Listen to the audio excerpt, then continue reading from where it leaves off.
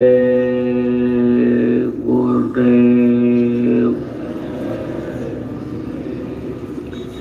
जय गुरुदेव।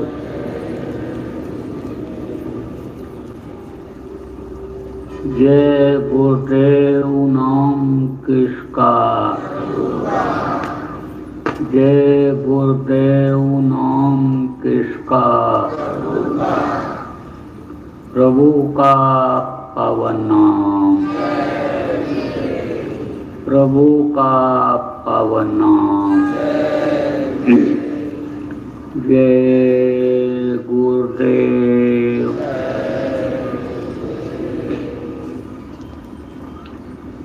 सर्वसमर्थ सर्वत्र स्मरणीय परम पूज्य गुरु जी महाराज,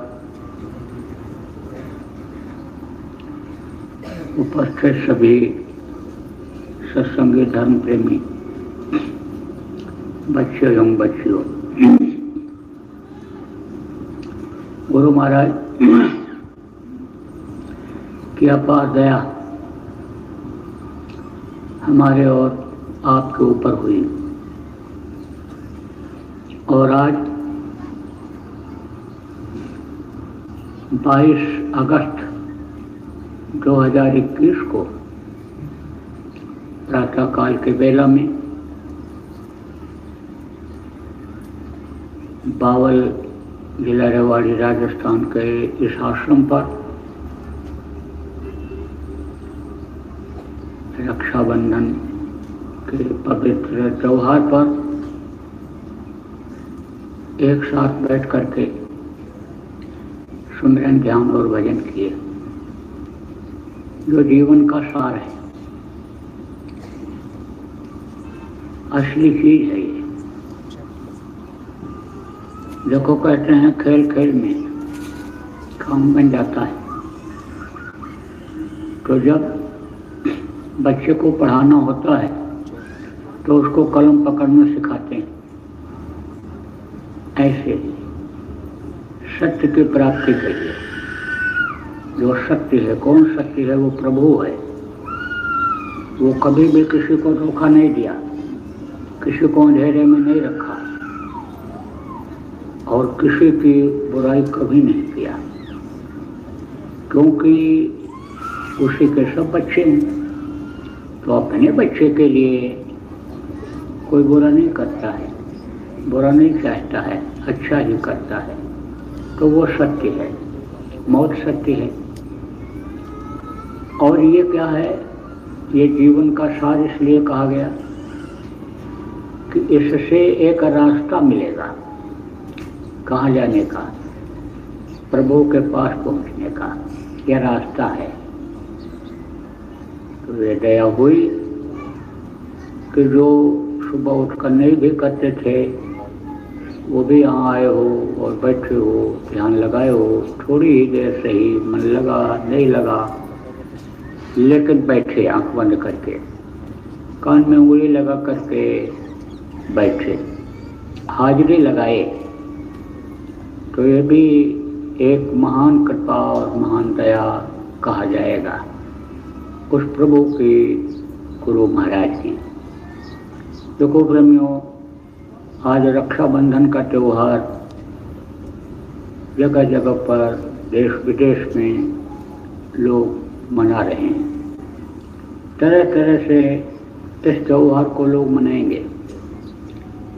ये जो तीज त्योहार आते हैं, ये कोई विशेष दिन या ग्रह नक्षत्र जब लगता है तब लोग मनाते हैं।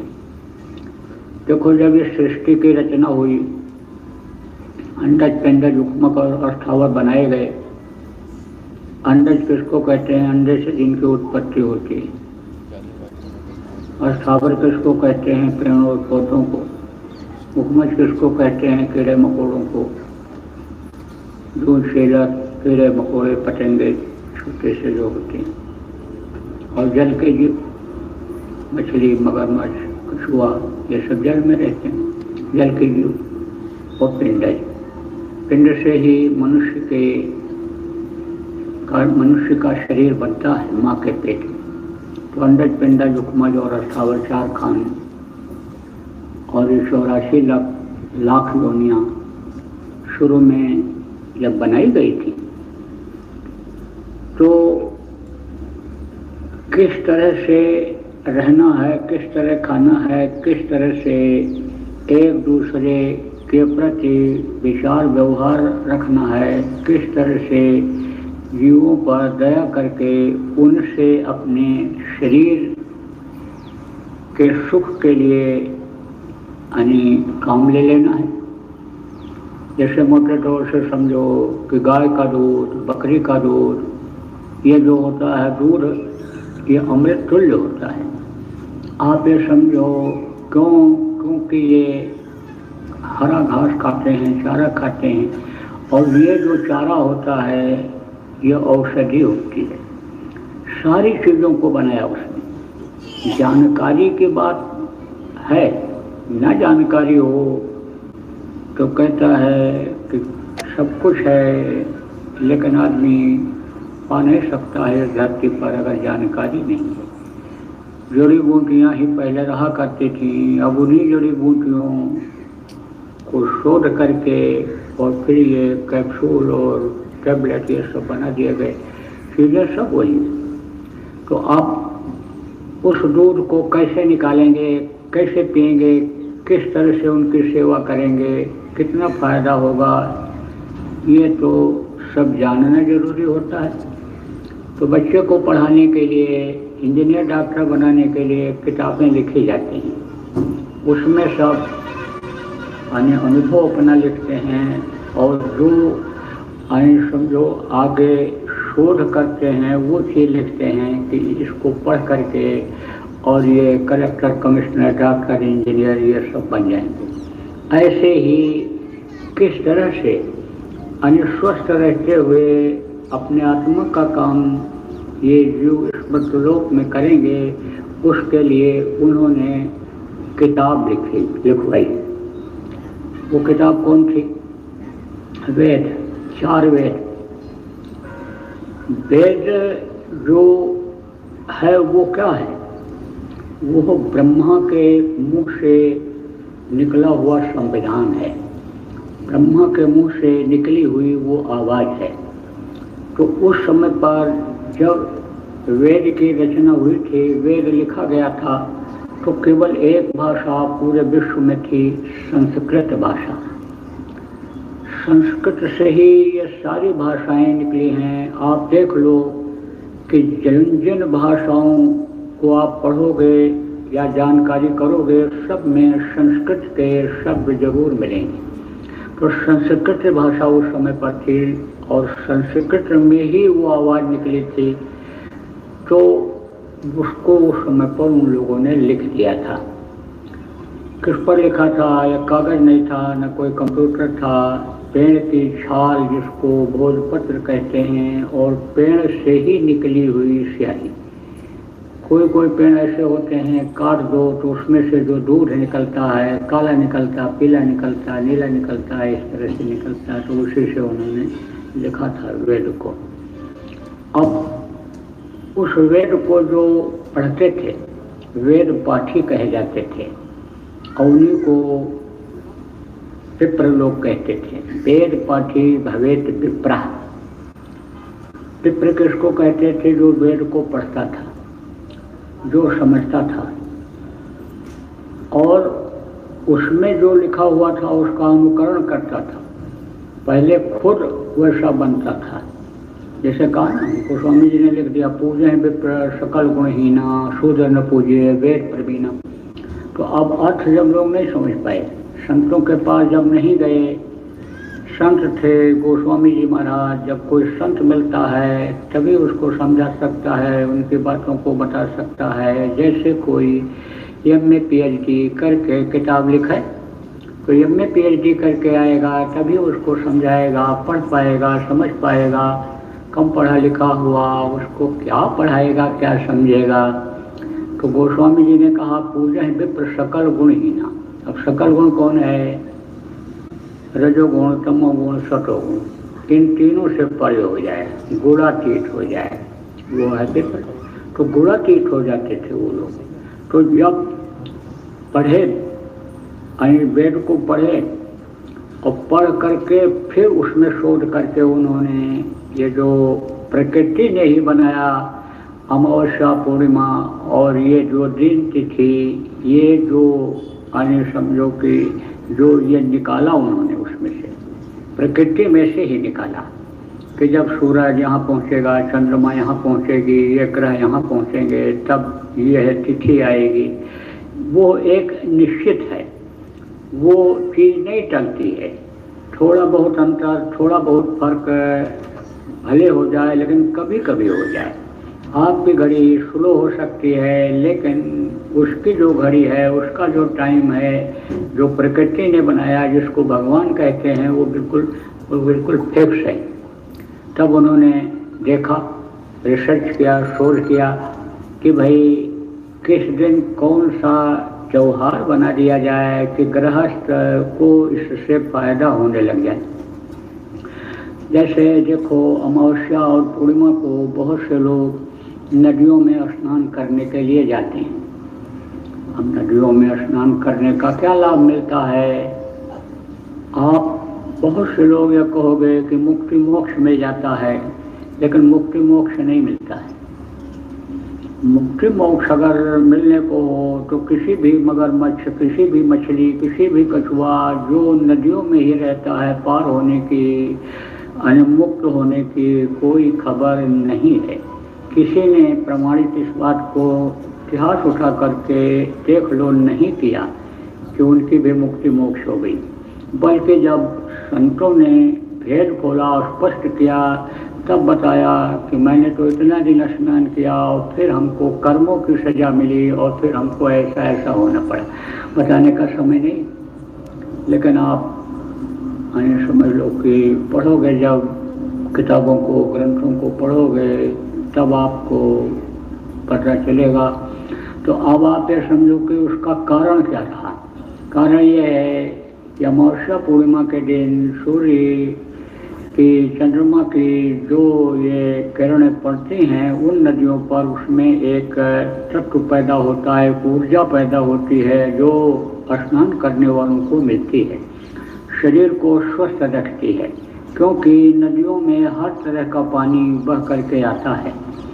जड़ी बूटियों का पानी पहाड़ से बह करके आता है, इधर का पानी जो जाता है उसमें सोना भी बह जाता है, चांदी भी बह जाता है, तांबा भी बह जाता है, बहुत सी चीज़ें बह जाती हैं, बह करके पहुंच जाती हैं। देखो, आयुर्वेद में, होम्योपैथिक में ये सब चीज़ें हैं कि कोई चीज़ की जब अधिकता हो जाए, तत्वों की कमी हो जाए, नमक की अधिकता हो जाए, कोई चीज़ अधिक हो जाए खाने पीने से या बदपरहेजी करने से, तो दूसरी दवा दे देते हैं तो वो उसको काट देती है।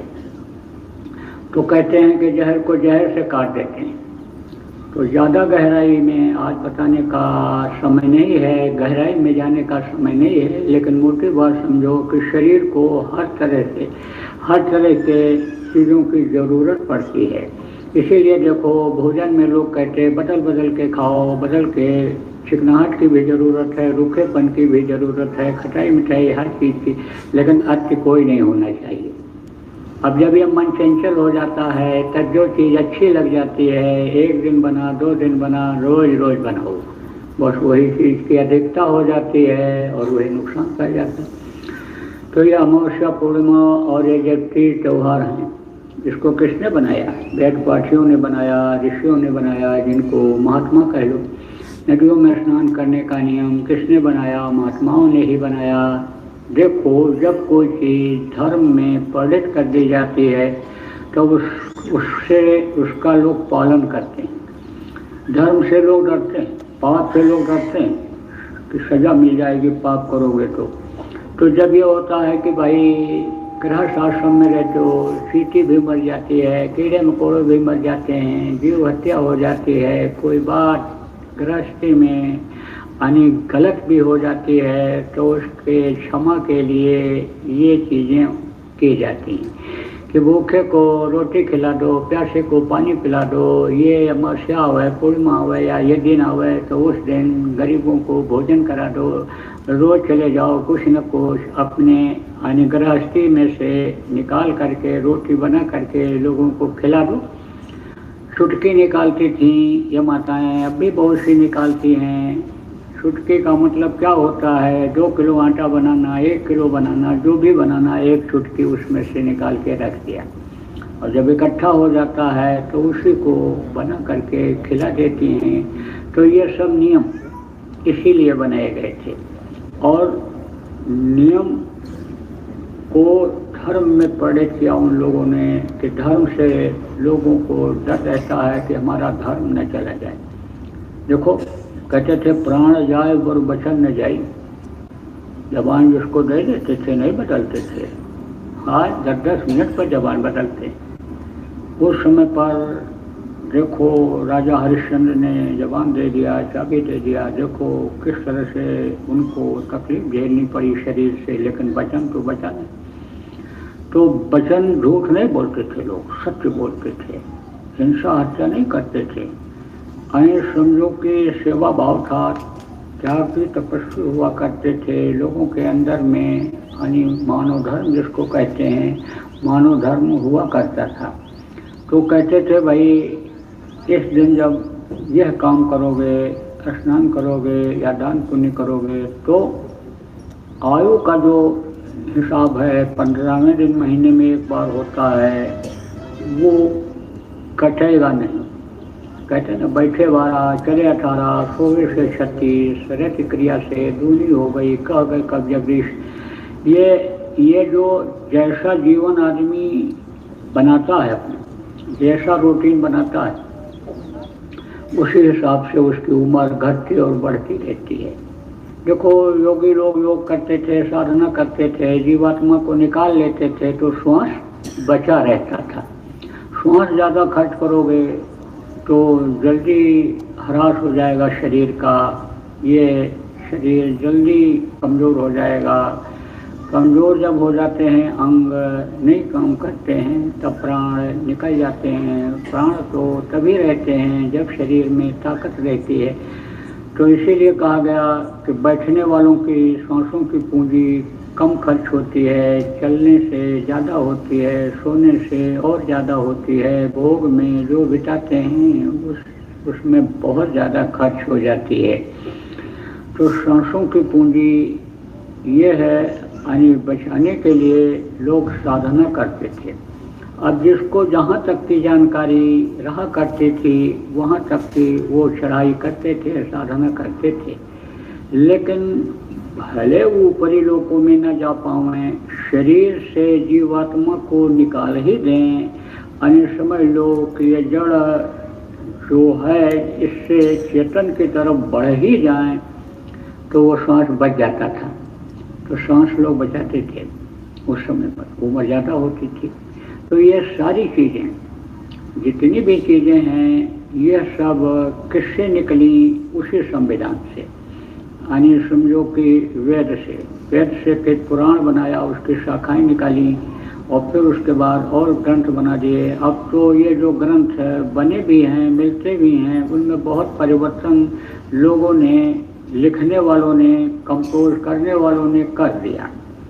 अपने मन से अर्थों को बदल देते हैं, क्योंकि वो उसको समझ नहीं पाते हैं तो अपने मन से जोड़ देते हैं कि लोग समझ जाएं, किताबों का बिकना ज़्यादा हो जाए। इस लिहाज से यानी वो जो ग्रंथ हैं मिलते हैं इस समय, वो भी एक तरह से भ्रामक ही हो जाते हैं। एक आदमी ने कहा कि महाराज उसमें ये लिखा है, इस किताब को मैंने पढ़ा तो ये लिखा है। तो हमने कहा भाई किताबों के चक्कर में पढ़ते कौन सा संगीत था, नामदान ले रखा था। हमने कहा किताबों के चक्कर में पढ़ते क्यों? ये नहीं पढ़ा कि पोथी पढ़ जगुआ पंडित बयान को ढाई आखर प्रेम से पढ़े सो पंडित हो, ये नहीं पढ़ा? कहीं लिखा है कि नहीं लिखा है? बोले लिखा तो है, कबीर साहब के वाणी में, कबीर साहब की किताब में लिखा है।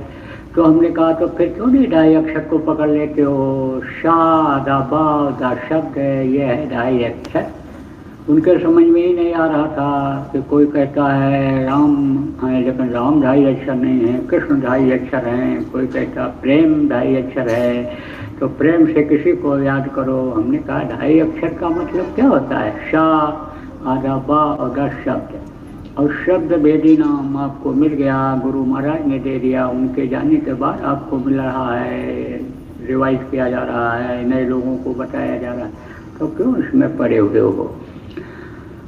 तो विषय था हमारा आपका रक्षाबंधन का। तो रक्षाबंधन भी महात्माओं ने ही बनाया। अब रक्षाबंधन का मतलब क्या होता है? भाई के हाथ में बहन राखी बांध दे, मिठाई भाई को खिला दे और भाई उसको दक्षिणा में भेंट में कुछ दे दे और पूरी मिठाई खाओ बनाओ, रक्षाबंधन हो गया। रक्षाबंधन का मतलब होता है बंधन से रक्षा। बंधन से रक्षा। कौन सा बंधन? बंधन में ही तो सब बंधे पड़े हो। ये जो गृहस्थी का बंधन है, ये जो पुत्र का, पत्नी का, पति का, ये शरीर का, ये जो बंधन है, ये क्या है ना? बंधे तुम गाढ़े बंधन आन। पहला बंधन पड़ा देह का, दूसर तेरिया जान, तीसर बंधन पुत्र विचारो, चौथा नाती मान, और नाते के को नाती होवे वाको कौन ठिकान, धन संपत्ति और हाथ हवेली, यह बंधन क्या करूं बखान, 16 पचल 17 रसरी, बांध दिया तो है वो वित्तान, और मरे बिना तुम छूटो नहीं, जीते जी धर सुनो न कान।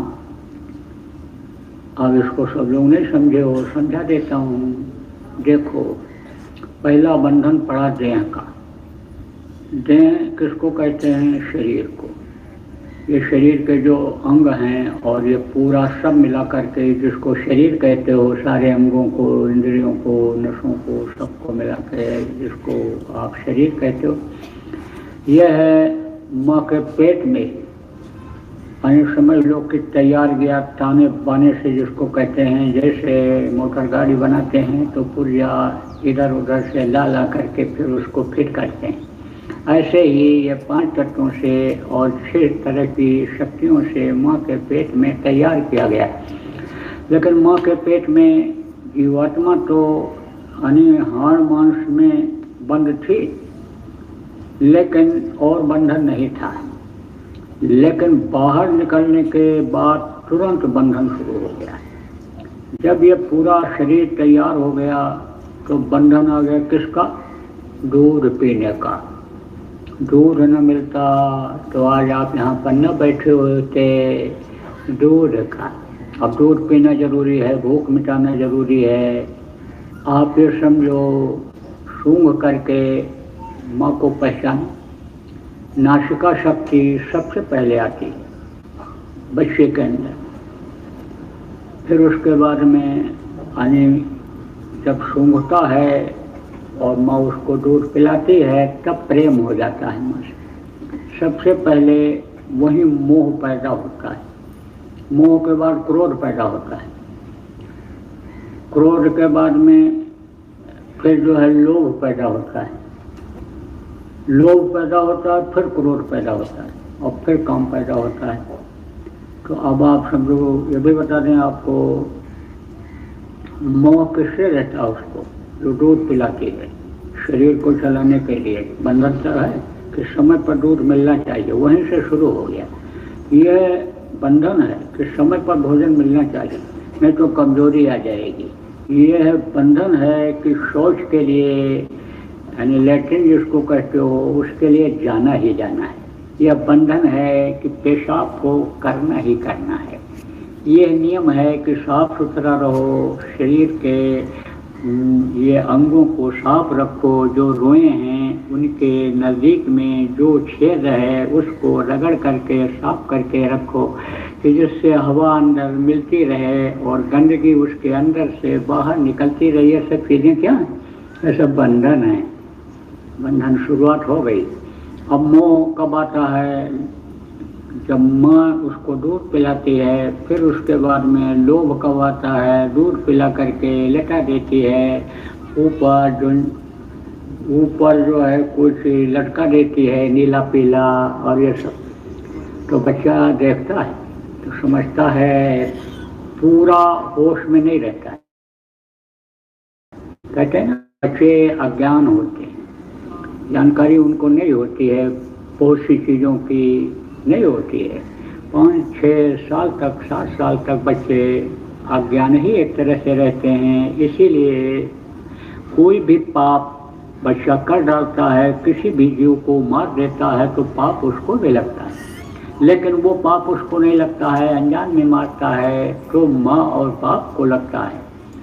क्यों लगता है? क्योंकि वो उसको बताते नहीं हैं, समझाते नहीं हैं कि चींटी मत मारो, कीड़ा मत मारो, इसको ऐसा मत करो। ये न बताने का पाप उनको लगता है, तो बच्चा अज्ञान रहता है, शुरू में अज्ञान रहता है। अब कुछ होश हल्का फुल्का उधर का भी रहता है, किधर का, जहाँ पर अंदर में ये नीला पीला ये सब देखता था, ऊपरी लोगों का आनंद उसको मिलता था। देखो, जब बच्चा पैदा होता है तो ये माताएं दीपक दिखाती हैं, थाली बजाती हैं कि चुप हो जाए, रोता है। क्यों रोता है? इसलिए रोता है कि ये गर्मी और ठंडी इस कदर नंगे बदन में चुभती है कि समझो कि मालूम पड़ता है कि जैसे कोई सुई चुभ रहा हो। प्रभु का दर्शन माँ के पेट में करता रहता है, बाहर निकलता है तो वो दर्शन होना बंद हो जाता है। जब माया का पर्दा पड़ता है मृत्यु लोक का, तब कहाँ चिल्लाता है, कहाँ पहुँच गए। तो ऊपर जब देखता था माँ के पेट में, तो वो बहुत सी चीज़ें उसको याद रहती हैं, तो देखता नीला पीला तो उसको पाने की, पकड़ने की कोशिश करता है। तो वहीं पर समझो कि लोभ, लालच जिसको कहते हैं, ये पैदा हो जाता है।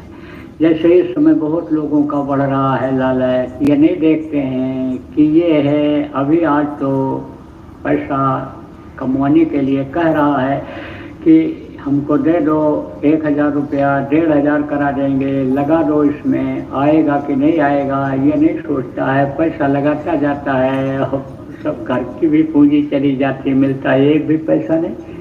ठगी बहुत हो रही है, इसलिए बीच में बता दे रहा हूँ, लालच ज़्यादा करोगे तो फंसोगे, ये पक्की बात बता रहा हूँ, घर का भी चला जाएगा। इसलिए कहा जाता है मेहनत की कमाई करो, मेहनत करते रहो, प्रारब्ध पर विश्वास रखो, गुरु को याद रखो, गुरु समर्थ हैं, सब कुछ देंगे, लेकिन पक्का विश्वास तो हो जाए। विश्वास ही नहीं जमता है, पीपल के पत्ते की तरह से, जैसे पीपल का पत्ता हिलता रहता है, ऐसे मन हिलता रहता है, डमाडोल रहता है गुरु के विश्वास के ऊपर। यह रास्ता जो ध्यान भजन सुमिरन का बताया जाता है, इस पर विश्वास नहीं होता है। और बड़ा बच्चा और बड़ा तब माँ झुंझुना पकड़ा देती है, मजबूती से पकड़ता है, ऐसे पकड़े रहता है। अब कोई जो छुड़ावे तो हाथ पैर पटकता है, जबरदस्ती छुड़ा ले, गुस्सा करता है, क्रोध आ जाता है, उस समय क्रोध का प्रादुर्भाव हो जाता है। और जब बड़ा हुआ तो पहले तो 17-18 साल 20 साल पर काम वासना का प्रादुर्भाव होता था। अब कलयुग के असर से 7-8 साल में जब से ये कंप्यूटर चला, मोबाइल चला, जब से नंगे सनी में दिखाए जाने लगे ये चित्र, तब से आप ये समझो 7-8 साल में अनेक काम वासना का प्रादुर्भाव हो जा रहा है। अब आप ये समझो कोई चीज़ जल्दी शुरू हो जाए, कोई चीज़ ज़्यादा हो जाए, तब क्या होता है, यानी कहा गया अत्य सर्वत्र वर्जते, तो फिर विनाशी होता है। कोई चढ़ता चला जाए ऊपर, उतरना न जाने तो नीचे तो गिरेगा ही गिरेगा। तो अब आप ये समझो, इसलिए इन बातों को बता रहा हूँ कि थोड़ा होशियारी रखो, अपने लिए भी, अपने बच्चों के लिए भी। तो ये जो है, ये बंधन है, ये जितनी भी चीज़ें हैं ये सब बंधन हैं। बड़े हुए, पढ़ने लिखने लगे, स्कूल जाना जरूरी है, पढ़ाई करना जरूरी है, जब फीस देते हो, मेहनत करते हो, पास होना जरूरी है, पास हो करके इधर उधर देखो, लोग घूमते रहते हैं, IAS कर रहे हैं, PCS कर रहे हैं, ये कर रहे हैं, वो कर रहे हैं, कलेक्टर कमिश्नर और हाई पोस्ट जिसको कहते हैं, उससे कम की ख्वाहिश किसी की नहीं रहती है। दया कर दीजिए, दया कर दीजिए, दया कर दीजिए। और वो तो दया वाले भी अब कम आते हैं। माता पिता ज़्यादा परेशान रहते हैं। 7 साल से बैठ रहा है, 5 साल से बैठ रहा है, कंपटीशन में नहीं आ रहा है, कोचिंग भी कराया, सब पैसा खर्च कर दिया कि कलेक्टर बन जाएगा, कमिश्नर बन जाएगा, IPS बन जाएगा, IS बन जाएगा, ये हो जाएगा, वो हो जाएगा, कोई उम्मीद से सब कुछ लगा दिया, लेकिन पास नहीं हो रहा है। दया कर दीजिए, दया कर दीजिए। अरे भाई, दया भी होती है तो किसी पर होती, किस पर होती? मिट्टी पत्थर पर दया पटक दो कि तुम्हारे ऊपर दया पटक दो, तुमको कलेक्टर कमिश्नर बनना है। तो अब जब इतना सुना, 1-2 बार बोला गया सत्संग में, तो इतना सुना तो अब लड़कों को भी लाते हैं और लड़के भी कहते हैं, पूछो परसेंटेज कितना है तुम्हारा, कितना % नंबर है? 55%, 60%। अब आप सोचो 98, 96, 95% वाले तो जल्दी पास होते ही नहीं हैं, आते ही नहीं हैं। दिमाग जिसका तेज होता है वही इसमें हो पाता। तो दिमाग नहीं तेज है, अरे तो छोटी नौकरी कर लो, अरे कम से कम कुछ मिलेगा ही तो। सरकारी नौकरी इतनी कहाँ है जितना पढ़ करके लोग निकलते हैं? सरकार कहाँ से दे पाएगी? घोषणा चुनाव के समय में भले कर रहे हैं वोट लेने के लिए, लेकिन पैदा कहाँ से करेंगे नौकरी? ये कहाँ से लाएंगे? कितना पैसा खर्चा करेंगे? बहुत से विभाग देश के इस तरह के भी चल रहे हैं जनता के पैसे से कि जिनका कोई उपयोग नहीं है। अब प्रभाव जताने के लिए चाहे जिस पार्टी के लोग हों, वादा पूरा करते हैं, जनता का पैसा जनता से ही, जनता के ऊपर खर्च करा देते हैं। उनको अपनी कोई तनख्वाह से देना है कि भत्तर से देना है? तो अब आप ये समझो प्रेमियों, नौकरी काम जो भी मिल जाए बच्चों को करा देना चाहिए। जब पढ़ लिख लो बच्चों तब खाली मत बैठो। आप ये समझो, हम ये नहीं कहते हैं कि बच्चों तुम नौकरी न करो, कोई काम न करो, लेकिन अपने चरित्र को देखते हुए कि पैसे के लालच में हमारे चरित्र का ना हनन हो जाए, जो सबसे कीमती चीज़ दुनिया में है। कहा गया, इंग्लिश में कहावत है, money is loss, nothing is loss, health is loss, something loss, but character is loss, everything loss. Health is loss, अगर तंदुरुस्ती खराब हो जाए तो फिर सही हो सकती है, खाने पीने से, दवा करने से सही हो सकती है। Health is money is loss, अगर धन चला जाए तो धन तो क्या है, धन तो बाढ़ के पानी की तरह से आता है। जब नियत अच्छी रहती है, लक्ष्मी को मेहनत की कमाई करके लाते हैं, खुश हो जाती हैं, रुक जाती हैं। जब उनका उपयोग गलत जगह पर होने लगता है, रुपया पैसा गलत जगह पर जब जाने लगता है, तो जैसे बाढ़ का पानी चला जाता है, घंटे भर में खाली हो जाता है, ऐसे चली जाती है। तो कहने का मतलब ये है कि पैसा कौड़ी आने में भी दिक्कत नहीं है, मेहनत करेगा आदमी तो उसका फल जरूर मिलेगा, मिल जाता है। अब आप समझो तंदुरुस्ती खराब हो गई तो बन जाती है, पैसा चला जाता है तो आ जाता है, लेकिन चरित्र चला गया तो जिंदगी भर का कलंक लग जाता है, मुहर लग जाती है चरित्रहीनता की। तो बच्चों नौकरी करो, काम करो, लेकिन सोच करके समझ करके, क्योंकि अब मैं ये देख रहा हूँ कि इस तरह का पैसा लक्ष्य ज़्यादा बना ले रहे हैं कि नौकरी दिला देंगे, पैसा दे दो, फिर ले जाते हैं, फिर वहाँ गलत काम करवाते हैं, फोटो खींच लेते हैं, फंस जाती हैं जब ये कि हमारी इज्जत जाएगी, ये होगा वो होगा, और सब हो रहा है। यही सब कोई मेहनत ये करना चाहते हैं लख है। शराब पीने के लिए तो पैसा चाहिए, मांस खाने के लिए पैसा चाहिए, ऐश आराम के लिए होटलों में रहने के लिए पैसा चाहिए, रसीद दिखाते हैं 5 स्टार में, देखो हम रुक करके आए हैं, बड़े आदमी हैं ये, तभी तो प्रभावित होता है आदमी, तभी तो पैसा दे देता है, बड़ा आदमी। देखो पैसा न होता तो 5 स्टार में क्यों रहता? देखो ये सब व्यवहारिक चीज़ें आपको बता रहा हूँ मैं। तो ये बंधन जो मन बंधन में बांध देता है, उसी में बंधे पड़े रहोगे, इसी गृहस्थी में पड़े रहोगे, सुनोगे साहब, लेकिन एक कान से सुनोगे दूसरे से निकाल दोगे। तो देखो नौकरी जहाँ मिल जाए तहाँ कर लो, और नौकरी करने लगे तो देखो जितने गार्जियन हो आप सबकी शादी कर दो। पढ़ लिख लें लड़कियाँ तो शादी कर दो, उनको न खोजना पड़े, वो अपने पसंद से खोजते हैं तो गलत हो जाता है। रूप रंग पर, दिखावे पर, धन दौलत पर, पढ़ाई लिखाई पर ये चले जाते हैं बच्चे और बच्चियां दोनों, और संस्कार एक जैसे नहीं होते हैं। तो देखो 2 महीना भी नहीं बीतता है शादी को और तलाक के मुकदमे चालू हो जाते हैं। और अगर कहीं लड़ाई झगड़ा हो गया, कहीं अगर गाली गलौज हो गया, कहीं घूसम घूसा हो गया तो समझ लो जेल भी जाना पड़ता है दहेज के केस में। तो जिम्मेदारी को सही समय पर निभा दो तो ये सब बंधन से मुक्त रहो। कहते लड़की की शादी हो जाती तो बिल्कुल मैं बंधन मुक्त हो जाता। कितने साल की है? 30 साल की है। अरे 30 साल की लड़की की शादी की उम्र होती है, 30 साल में तो बच्चे हो जाते हैं, पढ़ने लिखने लायक हो जाते हैं। जो शादी की उम्र वेद में, पुराण में, जो शादी की उम्र ग्रंथों में जो महात्माओं ने बताया, जब रसोला शुरू हो जाए तब समझ लो कि शादी की अपेक्षा इनके अंदर शुरू हो गई। तो अब आप ये समझो कि समय से सब काम करो। आप लोग देखो समय से उपयोग नहीं करते हो, अपने समय का उपयोग नहीं करते हो, समय से शरीर का उपयोग नहीं करते हो, तो बंधन ये जकड़ और ये बढ़ती चली जाती है। इसलिए जैसे बच्चा टाइम टेबल बनाता है ऐसे आप टाइम टेबल बना लो कि सुबह हम 4 बजे उठ जाएंगे, हाथ मुंह धो लेंगे, ध्यान भजन करेंगे, फिर घूम टहल भी लेंगे। नहीं तो पढ़ते हो बच्चे तो पढ़ाई करो, फिर सारा रूटीन बना लो।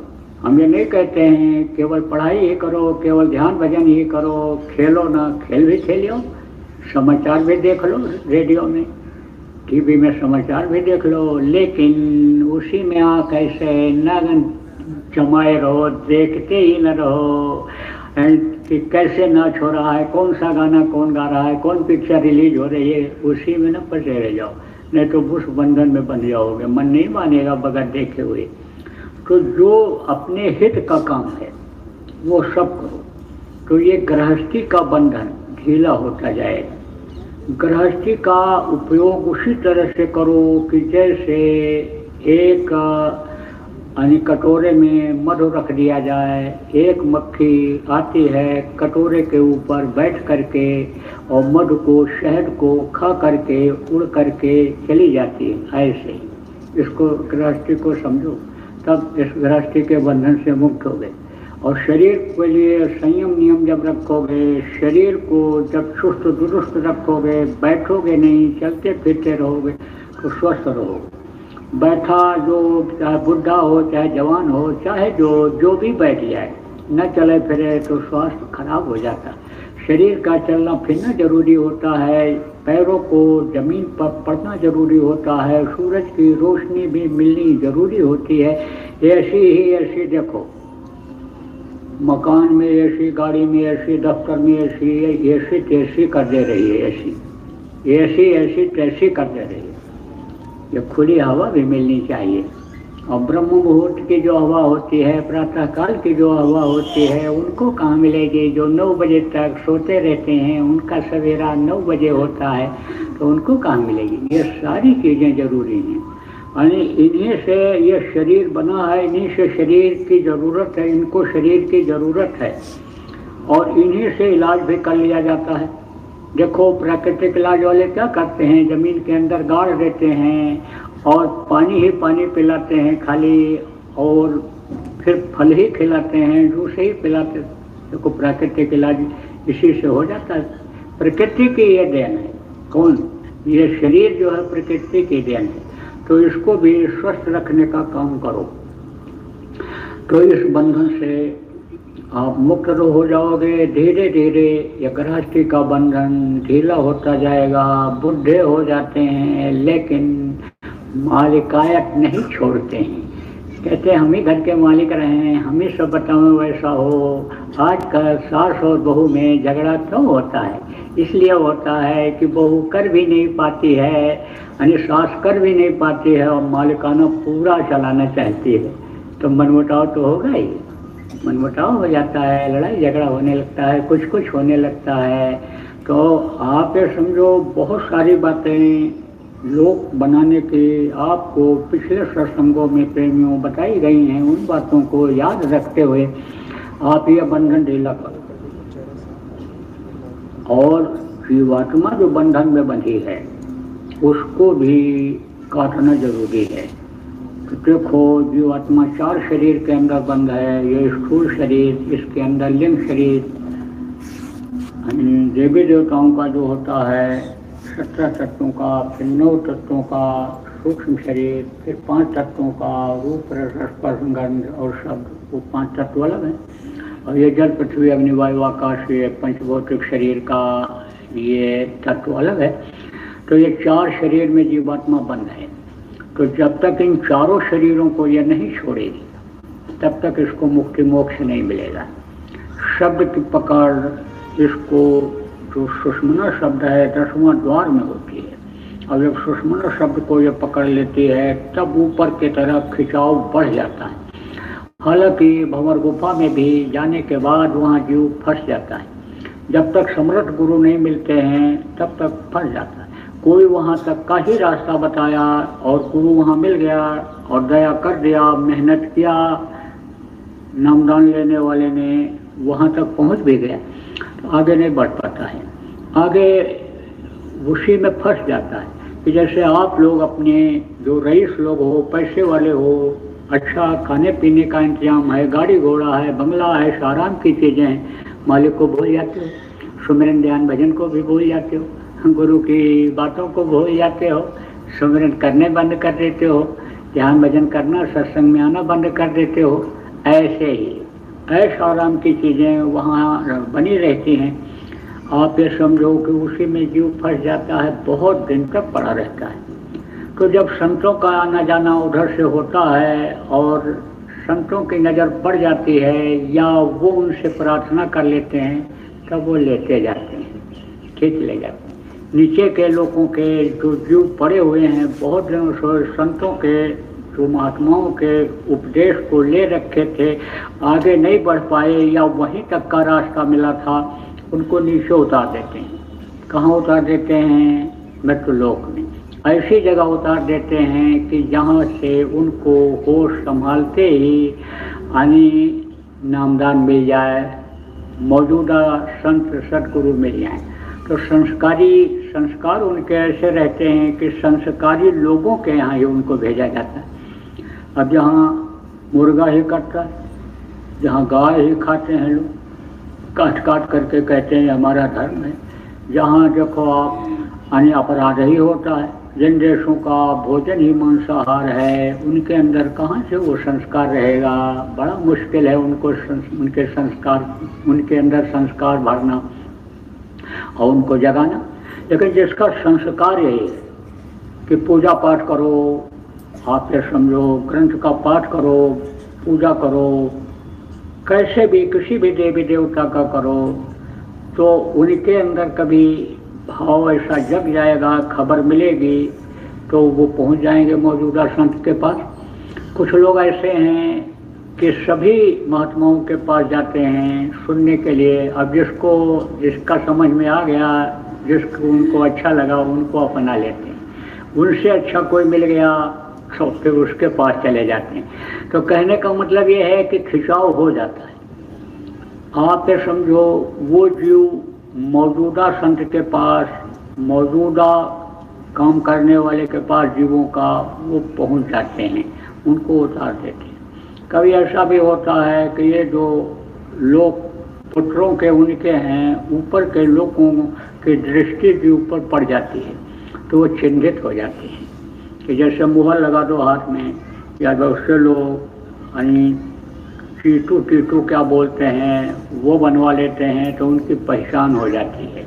ऐसे ही ऊपर से आप ये समझो कि वो प्रकाश पड़ जाता है जिस जीव पर, उनकी पहचान हो जाती, उनको संत खींच भी लेते हैं। बहुत हमने देखा गुरु महाराज के पास 40 साल रहने का मौका मिला, चलते चलते ऐसे रुको गाड़ी रोको। अब कोई उधर से सिर पर बोझा रख के जा रहा है, तो कोई घास काटने जा रहा है, तो कोई कुछ कर रहा, बच्चा आ जाओ। और ऐसा भी देखा कि बुलाया, जा रहा था अपने काम से, प्रणाम तो किया लेकिन बुलाया और थोड़ी देर समझाया, तो कहा बोल भजन करेगा, भजन करेगा, नामदान जो बताया समझ में आया, हाँ महाराज करूँगा, तो बैठ गया और नामदान दे दिया। ऐसे खींच लेते हैं, कोई ना कोई बहाने से कोई ना कोई प्रेरणा दे देगा तो खींच लेंगे। तो मैं आपको बता रहा था कि चारों शरीर जब तक ये नहीं छूटेगा तब तक जीवात्मा को मुक्ति मोक्ष नहीं मिलेगा। फिर ये लौट 84 आया, लौट में आती रहेगी।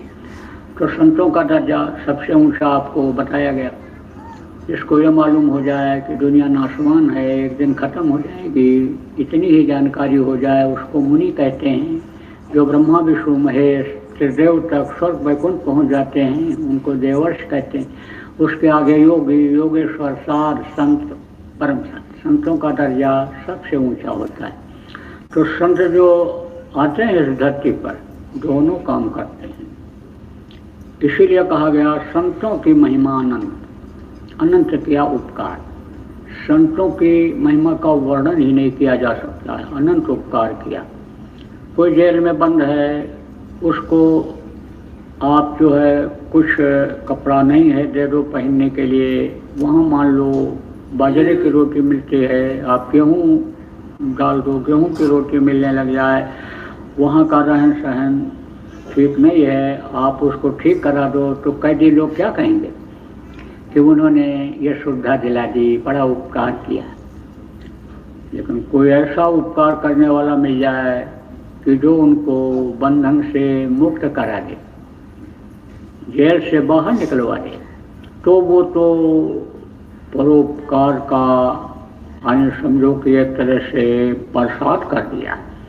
तो समझो कि संत दोनों काम करते हैं, लोक भी बनाते हैं, परलोक भी बनाते हैं, धीरे से समझा करके, बता करके जीवों को, और फिर रास्ता दिखा करके, मदद करके अपने वतन, अपने मालिक के पास पहुंचा दिया करते हैं। ये हमारे गुरु महाराज बहुत से जीवों को पार कर दिया। अब वो इस दुख के संसार में आने वाले नहीं हैं। प्रेमियों, ये जो चीज़ है, ये जो जीवात्मा के कल्याण का रास्ता है, और ये जो नाम है, ये है तो कोई नया नहीं है, बहुत दिनों से ये है। और इसी से जिनको काल भगवान कहते हैं, ईश्वर कहते हैं, खुदा कोई बोला, कोई गॉड बोला, यानी वो फेल हैं, इसी से फेल हैं। और बाकी वो पूरा मालिक है, इस सृष्टि के पूरा मालिक हैं, इस शरीर के पूरा मालिक हैं। लेकिन केवल वक्त के गुरु से, यानी वो समर्थ गुरु से वो फेल हैं। और वो जो सांचा बना शरीर का, उसके अंदर वो जो जीवात्मा डालने का पतला सुराख है, उसको वो नहीं भर पाए उस मसाले से। वो अगर भर देते तब तो सारा पावर उनके हाथ में चला जाता। लेकिन कहते हैं कि उस्ताद जो पहलवानी सिखाता है, वो एक आध दांव अपने पास रखता है कि हमें से अगर ये चैलेंज कर दे, ताल ठोक दे हाथ में ला ले लड़ने के लिए, तो उस दांव से हम इसको पटक दें। इसलिए सतपुरुष जैसा अखाड़ी, सतपुरुष जैसा उस्ताद कोई भी किसी भी लोक में नहीं है। यह समझ लो, सतपुरुष जैसा, सतपुरुष जैसा, सतलोकवासी, सतलोक मालिक जैसा कोई भी नहीं। उतना सुराख वो उन्होंने बनने का मसाला इनको नहीं दिया। कोशिश तो बहुत किया इन्होंने, लेकिन वो नहीं हो पाया। कोशिश बहुत करते हैं, अशेष माया जाल बिछाया, निक्सन की कोई राह न पाया। माया के हाथ में मन को दे दिया, कहा कि जा तू इसको भ्रम में डालते रहना, मन को इंद्रियों के भोग की तरफ हमेशा लगाए रहना, बहुत जाल बिछाया। लेकिन वस्ताद जो होता है उसके पास हर तरह का दांव होता है, हर तरह से वो रास्ता निकाल करके जीवों को और बचा करके मदद करके पार कर दिया करते हैं।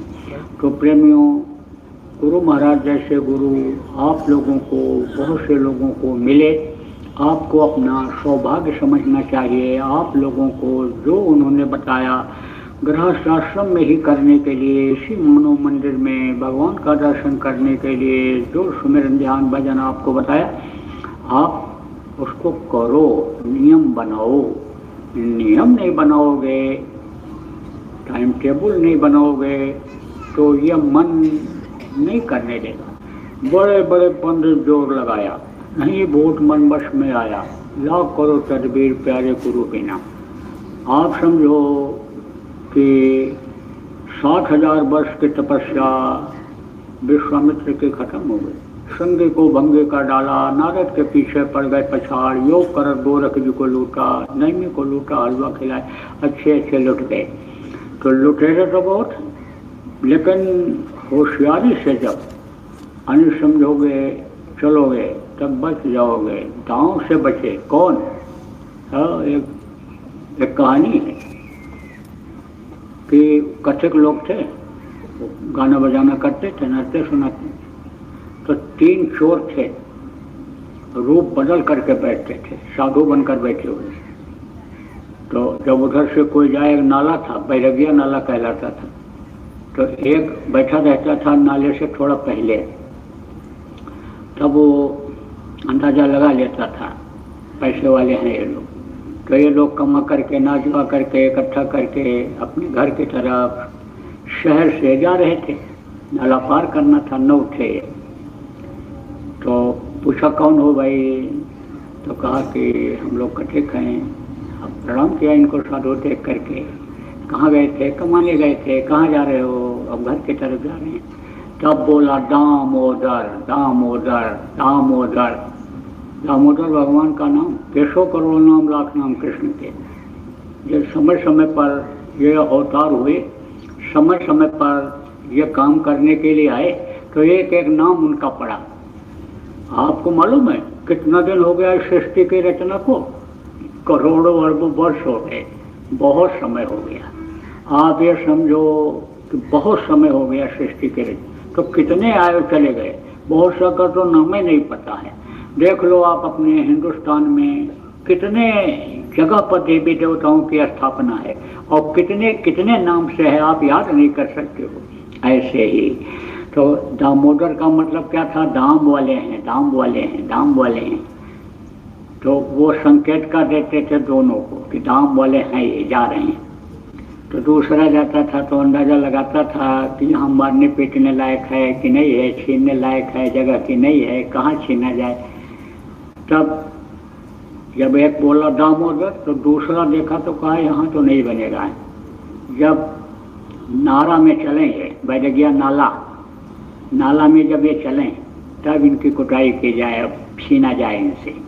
तब बोला नारायण नारायण नारायण नारायण। नाला में चलें तब, और जब वहाँ नाला में पहुँचे ये, तब वहाँ जो बैठा था उनको बुलाया, कहा बांसदेव बांसदेव बांसदेव। बांसदेव भी भगवान का नाम बताया गया है। तो बांसदेव का मतलब बांस, बांस से मारो इनको, मारोगे तब कभी ये गिरेंगे तब छीन पाओगे। तो जब बांस उठाए तो देखो कैसी अकल लगाए वो लोग। बोले देखो भाई, हम लोग कथिक हैं और नाच गान करके और हम लोगों को खुश करके और पैसा कमाते हैं, तो हमको दो छोड़, और तुम्हारे लिए लूटने वाले बहुत लोग हैं, हमको दो छोड़ और हम तुमको बढ़िया गाना सुनाते हैं और नाच दिखाते हैं तुमको। बोले कि ठीक है चलो देख लिया जाए। सोचे, आंख में आंख मिलाए, बोले ठीक है, नाच गान सुन लो, वो भी सुन लो, दोनों फायदा हो जाएगा, मज़ा भी ले लो, आनंद भी ले लो, फिर लूट लिया जाएगा।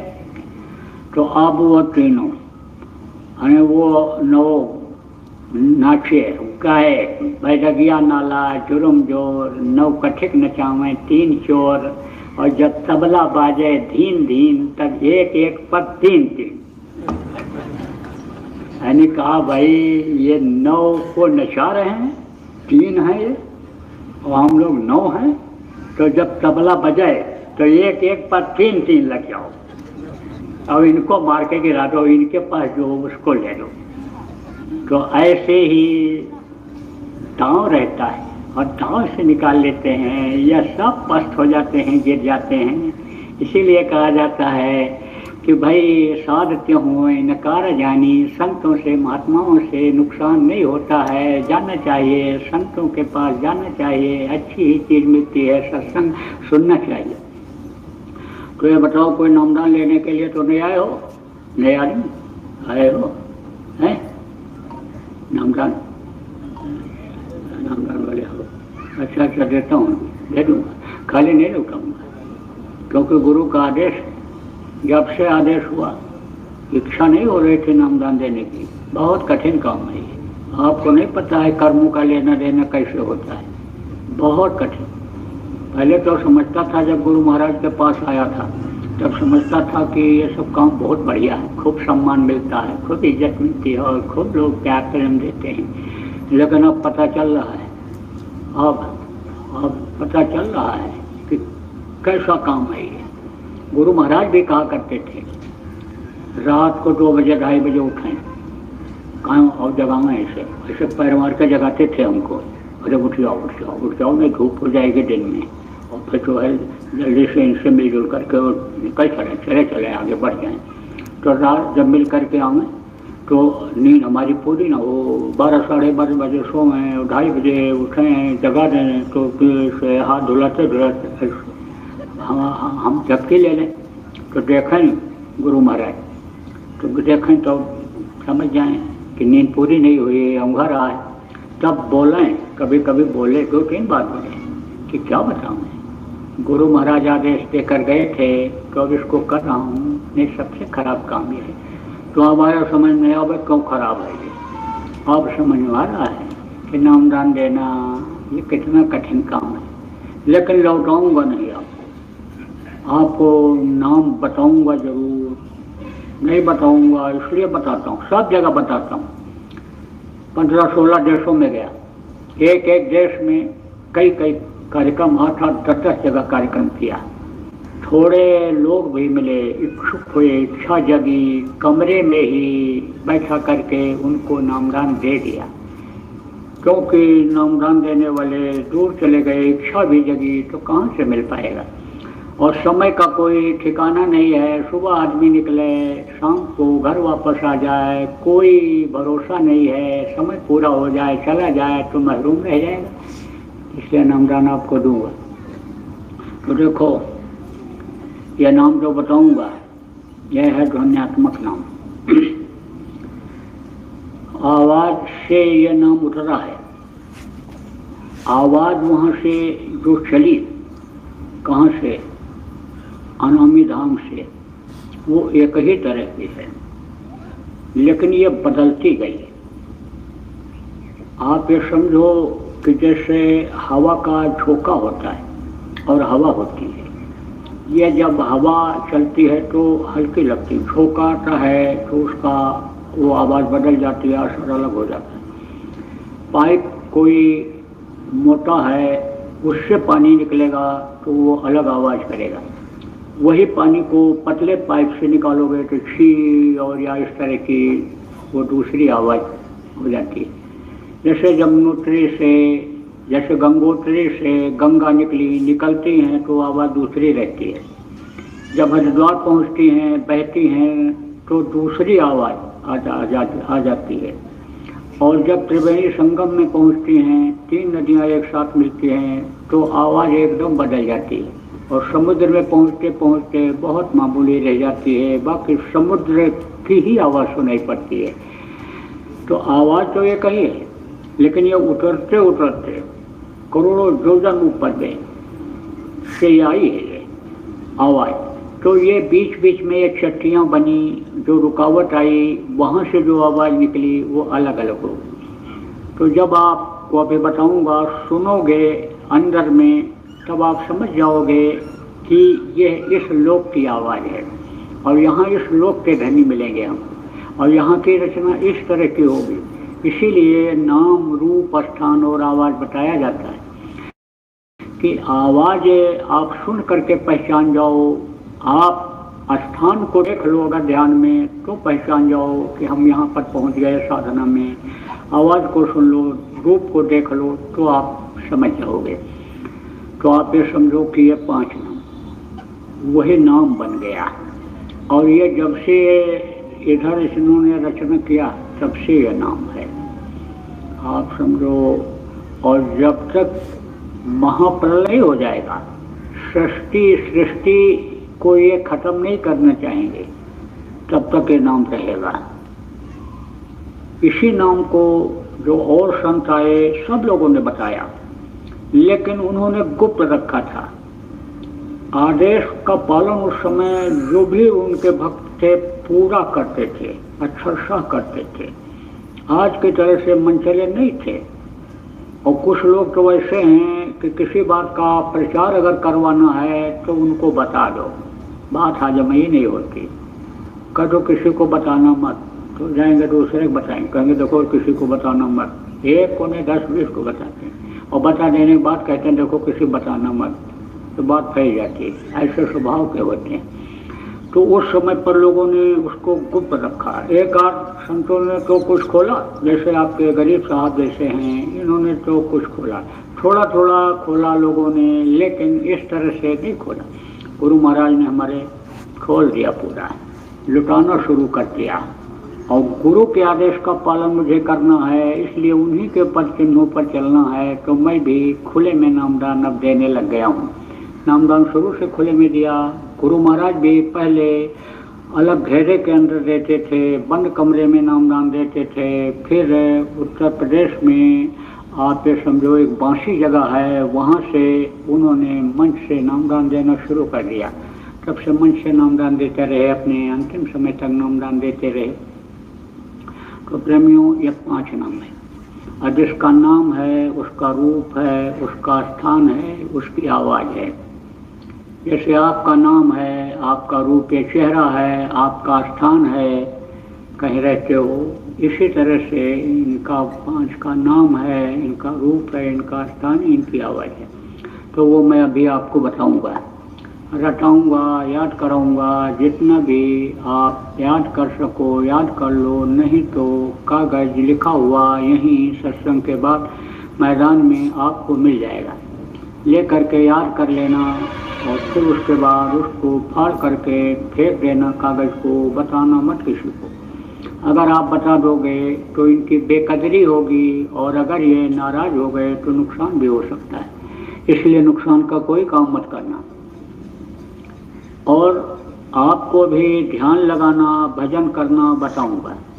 जब आप आंख बंद करोगे, ध्यान लगाओगे, ऊपरी लोकों में जाओगे, वहाँ का आनंद पाओगे, खुश हो जाओ। और खुश होकर के दूसरे को बताने लगोगे।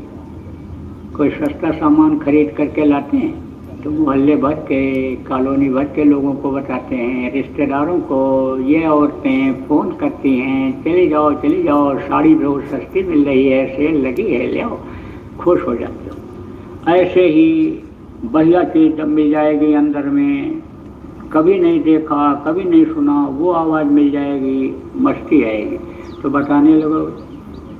रेडियो में गाना आता है और बाजा बजता है, सब बुढ़े लोग भी ऐसे सिर हिलाने लगते, हाथ पटकने लगते हैं।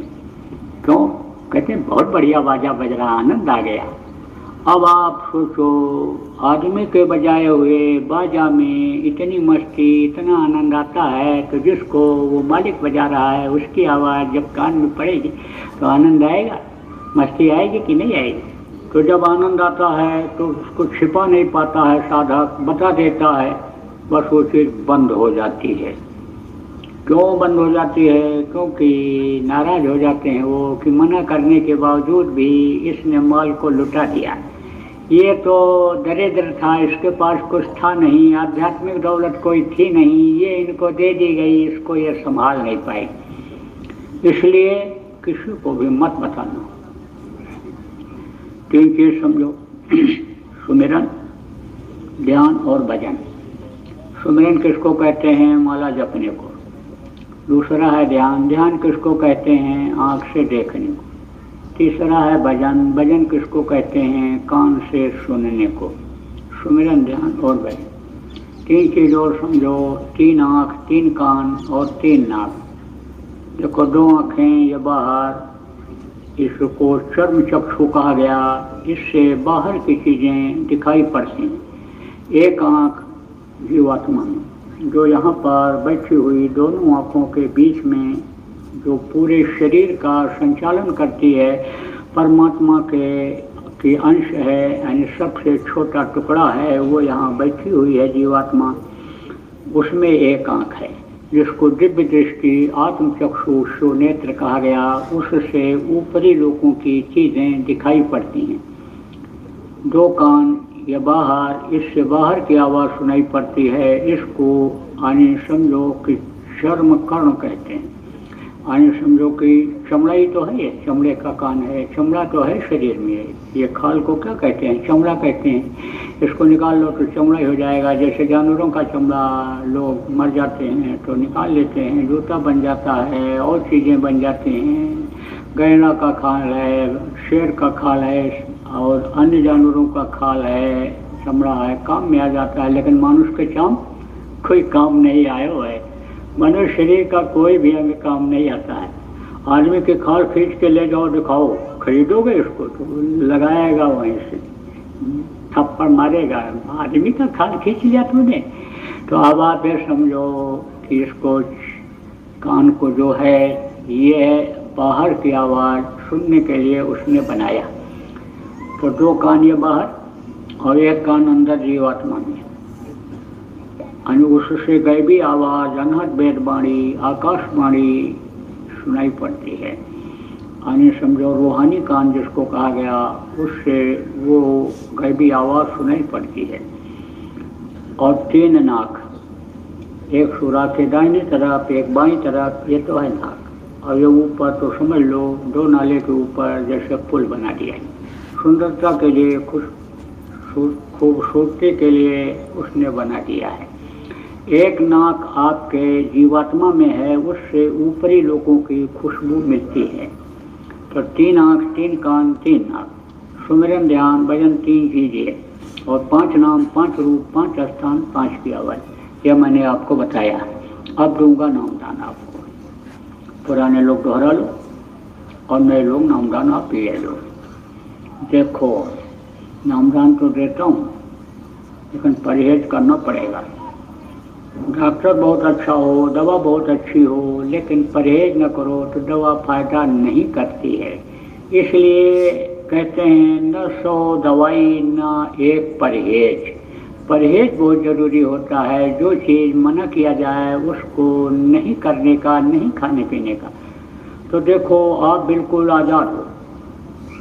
शाकाहारी भोजन आप जितना हजम कर सको खाओ, कितनी बार खाओ, कोई रोक टोक नहीं है। हजम कर सको आप 2 किलो घी खा लो, 10 गिलास दूध पी लो, हमारी तरफ से कोई रोक टोक नहीं है। आपके पास है तो अच्छा खाओ, है तो अच्छा पहनो, अच्छे मकान में रहो, कोई रोक टोक नहीं। लेकिन ये जो मनुष्य का भोजन नहीं है, जिसके खाने से बुद्धि खराब हो जाती है, खून खराब हो जाता है, खून बेमेल हो जाता है, तरह तरह की बीमारियां हो जाती हैं, उस चीज़ को मत खाना। मांस मत खाना, मांस मनुष्य का भोजन नहीं। अब तो कोरोना में बहुत लोग छोड़ दिए। अभी क्या देखा आपने? अभी तो और बीमारियाँ आएंगी। अरे ऐसे लिए खड़े रहोगे और कहोगे खाओ ना मांस। अरे तो राम राम बोलो, मांस का नाम ले लो, अंडे का नाम ले लो। मुर्गियों को जब बीमारी फैली, अरे तो जब कहो अंडा खाओगे, अरे राम राम राम राम राम राम बोलो, राम बोलो, खुदा खुदा का नाम लो, अल्लाह ताला का नाम लो, मत छुओ इसको, ये जहरीली चीज़ है, जान ले लेगी। तो जान के ऊपर जब आफत आती है तब पता चलता है। नहीं मानेंगे लोग तो वो तो माफ़ करने वाला नहीं है, उसकी अगर ये लीला को, उसके इस खिलकत को अगर लोग छेड़ेंगे तो वो तो सजा देगा ही देगा। तो कहने का मतलब ये है कि आगे का समय खराब आ रहा है, तरह तरह की बीमारियां, लड़ाई झगड़ा, खून खराबा, धरती का हिलना, आसमान का आने समझो बरसात भारी होना, बाढ़ आना, सूखा का, ये सारे संकेत हैं। लेकिन अब ज़्यादा आज बोलने का समय नहीं है, बहुत बताया गया, तब ज़्यादा बोला जाएगा तब तो लोग यही कहेंगे बाबा बस हर बार सत्संग में डरवाते ही हैं, कहते ही हैं। तो भाई डरवाते नहीं हैं, कहते नहीं हैं, चेतावनी देते हैं, समझाते हैं, हाथ जोड़ते हैं, आपसे प्रार्थना करते हैं कि आप लोग प्रकृति को मत छोड़ो, उसके बनाए नियम को मत तोड़ो, उसके बनाए जीवों को आप मत काटो पीटो, उसको सताओ मत। जब आप उसको बना नहीं सकते हो, जितने भी जीव उसने बना दिए सबको आप भोजन नहीं दे सकते हो, तो आप उसको मारो काटो मत, खाओ मत, पेट को कब्रिस्तान मत बनाओ। कब्रिस्तान पर कौन रहता है, कौन ले जाया जाता है? मुर्दा ले जाया जाते हैं। लड़का मर जाए तो कहते मुर्दा लेकर के जाना है, कोई पड़ोसी मर जाए मुर्दा जलवाने जाना है। और पूछो कि मुर्दा कैसे हो गया तो कहता अरे जीव निकल गया, प्राण निकल गए। वही प्राण तो रहता है बकरे में भी, मुर्गा में भी, भैंसा में भी, वही जीव आत्मा रहती है। तो उसको मारोगे काटोगे तो मुर्दा नहीं होगा। तो मुर्दा को कहाँ ले जाते हैं? शमशान घाट पर, और आप पेट में रख लेते हो। तो शमशान घाट पर पूजा कोई करता है? अरे कभी यज्ञ होते शमशान घाट पर देखा कि कथा भागवत होते देखा? शमशान घाट पर कहते हैं कबूल नहीं होगा। तो जब कल आपको बताया गया था कि यह मानो मंदिर है, इसको गंदा करोगे तो पूजा उपासना कहाँ से कबूल होगी? कितना भी गाल बजा लो, कितना भी जप कर लो, कितना भी अनुष्ठान कर लो, कितना भी यज्ञ कर लो, कितना भी रासलीला कर लो, कितना भी हवन अज्ञारी कर लो, लेकिन फल मिलने वाला नहीं है। और वो तो भारी भूल कर रहे हैं कि जो जीवों को मार करके, बलि चढ़ा करके, देवताओं को खुश करके और देवता से कुछ पाना चाहते हैं। देवता नाराज होकर के सजा दे देंगे, सजा मिल जाएगी, इसलिए बलि मत चढ़ाना। अंडा क्या है? माताएं मासिक धर्म होती हैं, खराब खून इकट्ठा हो जाता है, बच्चा बन जाता है। और मुर्गियों का खराब खून, उनके मल और मूत्र का खराब हिस्सा जब इकट्ठा हो जाता है अंडा बन जाता है। सोचो कितनी गंदी चीज़ है। अब तो कितना भी डॉक्टर टर टर करता रहे, ना तो अंडा खाना ना बच्चों को खिलाना। संकल्प ही बना लो। और शराब मत देना, या शराब जैसा बुद्धि नाशक नशे का सेवन मत करना। बुद्धि नाशक किसको कहते हैं?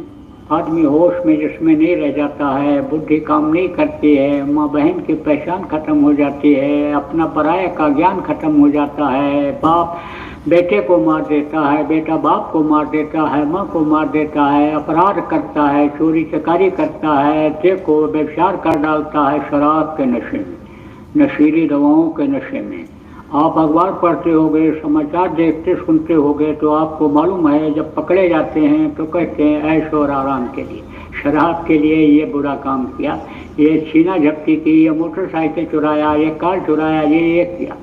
जहाँ भी अपराध होता हो आप चले जाओ, देखो शराब की पाउच, शराब की बोतलें वहाँ नज़दीक में ज़रूर मिलेंगे। योजना बनाते समय उस योजना को गलत ढंग से लागू करते समय, गलत काम के लिए जो भी करते हैं शराब के नशे में पी करके, यानी ये सब काम करते हैं। शराब अगर देश में बंद कर दिया जाए तो 50% अपराध अभी खत्म हो जाएगा। लेकिन अब ये सोचते हैं पैसा नहीं आएगा, पैसा नहीं आएगा।